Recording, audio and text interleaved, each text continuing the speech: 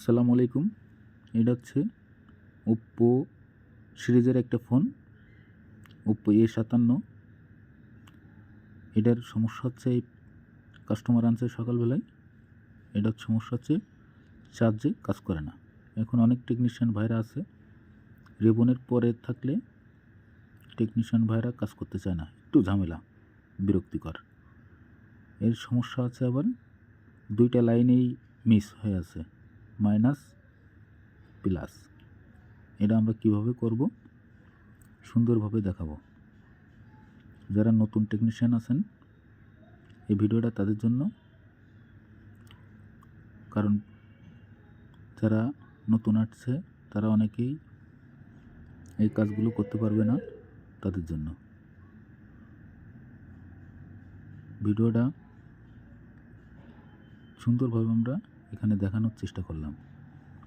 যদি ভালো লাগে তাহলে লাইক, কমেন্ট, শেয়ার, সাবস্ক্রাইব করে রাখবেন। নতুন নতুন ভিডিও সঙ্গে সঙ্গে আপনার এসে চলে যাবে। ভিডিওটা শেষ পর্যন্ত দেখার জন্য ধন্যবাদ।